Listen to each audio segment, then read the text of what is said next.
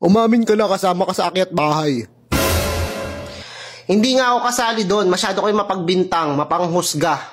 Ang pagkakasabi sa amin, 3 kayo. 2 pangit, tsaka 1 gwapo. Ahawag ni Alden Richard, tsaka John Doe. O, ikaw yun, di ba? Yung gwapo. Ako sabi pa nga yung gwapo, habulin ng chicks, malakas ang appeal.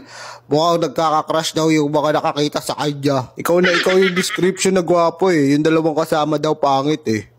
Para tonti mo. Eh, artist tayo ng dating mo eh. Tapos 2 kasama mo pangit. Hindi naman! Masyado kang... Bakit? Papayag ka ba na isa ka doon sa 2 pangit? Hindi! O, alam naman namin na ikaw yung gwapo doon sa 3 nag-akyat bahay. Mamumukaan ka talaga agad ng mga tao kasi gwapo ka eh. Lakas ng appeal mo eh. Hoy! Datingan mo eh. Grabe na yung... Bakit nyo ba kasi nagawa yun? Di ba 3 kayo? 2 pangit? Eh, syempre! 3 kayo, di ba? O, 3 nga kami. Dapat kasi hindi ka na sumama doon sa mga pangit na yun. Ikaw yung gwapo eh. Di sana, maganda yung buhay mo. Hindi yung ganyan ah. Nakakainis to. Yung mga kasama mo palang 2 pangit, tagasan naman yun. Tagarod nyo, mga tropa ko lang rin yun, yung 2 pangit. Para kayo, ano dyan.